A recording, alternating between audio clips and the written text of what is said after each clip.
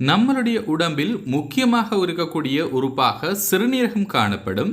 இந்த சிறுநீரகங்கள் பாதிக்கப்படுகின்ற சந்தர்ப்பத்தில் முக்கியமான சில அறிகுறிகளை காண்பிக்கும். இந்த அறிகுறிகளை நாம் கவனிக்காமல் விடும் பட்சத்தில் மிகப்பெரிய பிரச்சனை ஏற்படலாம். காலப்போக்கில் இந்த சிறுநீரக செயலிழப்பு, அதாவது கிட்னி ஃபெயிலியர் கூட ஏற்படலாம். இன்றைக்கான வீடியோவில் எப்படியான அந்த அறிகுறிகளை காண்பிக்கும் போது கண்டிப்பாக குறித்த ஒரு நபர் மருத்துவரை அணுக வேண்டும். ஏனைய மருத்துவ பரிசோதனைகளை கட்டாயம் செய்ய வேண்டும் அப்படின்றத நான் உங்களுக்கு சொல்லித்தரப்போகிறேன். இந்த வீடியோ கண்டிப்பாக ஒவ்வொருவரும் தெரிஞ்சு கொள்ள வேண்டிய ஒரு விஷயம். இந்த வீடியோவை கண்டிப்பாக மிஸ் பண்ணாமல் அப் டு எண்ட் வரைக்கும் பாருங்கள்.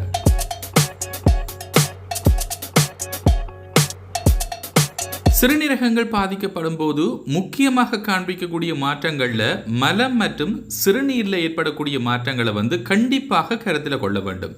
அடிக்கடி இந்த சிறுநீரில் ஏற்படக்கூடிய நிற மாற்றங்களை கண்டிப்பாக ஒவ்வொருவரும் அவதானிக்க வேண்டும். சில பேருக்கு பார்த்தீங்கன்னு சொன்னால் மலத்தில் வழக்கத்திற்கு மாறான நிறத்தில் மலம் வெளியேறலாம். அதாவது சாதாரணமாக இந்த மஞ்சள் அல்லது சிறிதளவு கடும் நிறத்தில் பார்த்தீங்கன்னு சொன்னால் வெளியேற்றக்கூடிய மலத்தை தாண்டி சில பேருக்கு சிவப்பு நிறத்திலோ அல்லது வெள்ளை நிறத்திலோ அல்லது ஏனைய நிறங்களில் இந்த மலம் வெளியேறலாம். சிறுநீர் எடுத்துக்கொள்ளுமாக இருந்தால் வழக்கமாக பேல் ஜெலோன்னு சொல்லுவோம். அதாவது மெல்லிய மஞ்சள் நிறத்திலோ அல்லது நிறமற்றதாகவோ வெளியேற்றப்படலாம். ஆனால் சிறுநீரக நோயாளிகளை பொறுத்த வரைக்கும் சிறுநீரகங்கள் பாதிப்பொறுகின்ற சந்தர்ப்பத்தில் சிறுநீர் சிவப்பு நிறத்திலோ கடும் நிறத்திலோ அல்லது ஏனைய நிறத்தில் வெளியேற்றப்படும். இன்னும் சில சந்தர்ப்பத்தில் புரோட்டீன் அதிகமாக வெளியேற்றப்படுகின்ற சந்தர்ப்பத்தில் நுரையுடன் கூடிய சிறுநீர் அதிகப்படியாக வெளியேறும். இது பார்த்தீங்கன்னு சொன்னால் கண்டிப்பாக கவனம் எடுத்து மருத்துவரை அணுக வேண்டியது அவசியம்.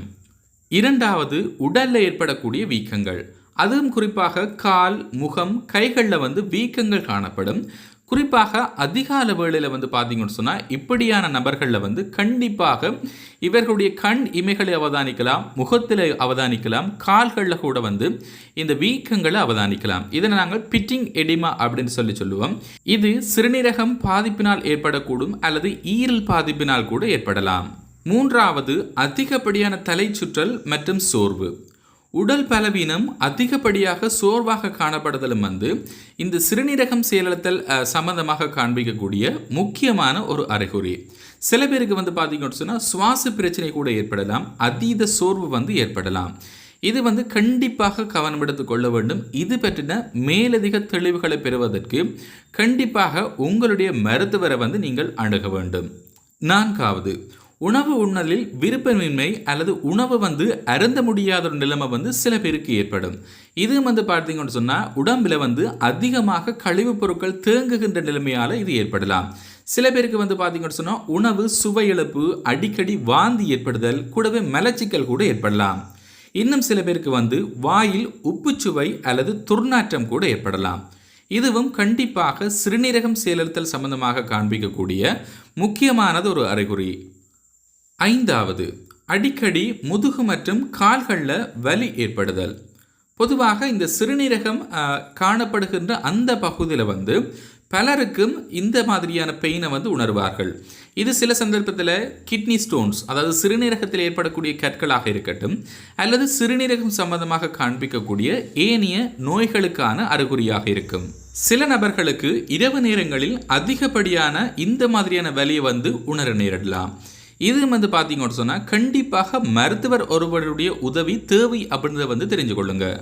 ஸோ ஃப்ரெண்ட்ஸ், இன்னைக்கு பார்த்த இந்த அறிகுறிகள் உங்களுக்கோ அல்லது உங்களுடைய உறவினர்கள், நண்பர்களுக்கு இது காணப்படமாக இருந்தால் கண்டிப்பாக உடனே மருத்துவரை அணுகுவதற்கு அவர்களுக்கு உதவி செய்யுங்கள். இதனை தவிர போதுமான அளவு டயட், இதனை தவிர நீர் அருந்துதல், உடல் எடையை கட்டுப்பாட்டுக்குள்ள வைத்திருத்தல் சிறுநீரகத்திற்கு ஆரோக்கியத்திற்கு கண்டிப்பாக தேவைப்படுகின்ற ஒரு விஷயம். இதனை ஒவ்வொருவரும் கடைபிடித்துக் கொள்ளுங்க.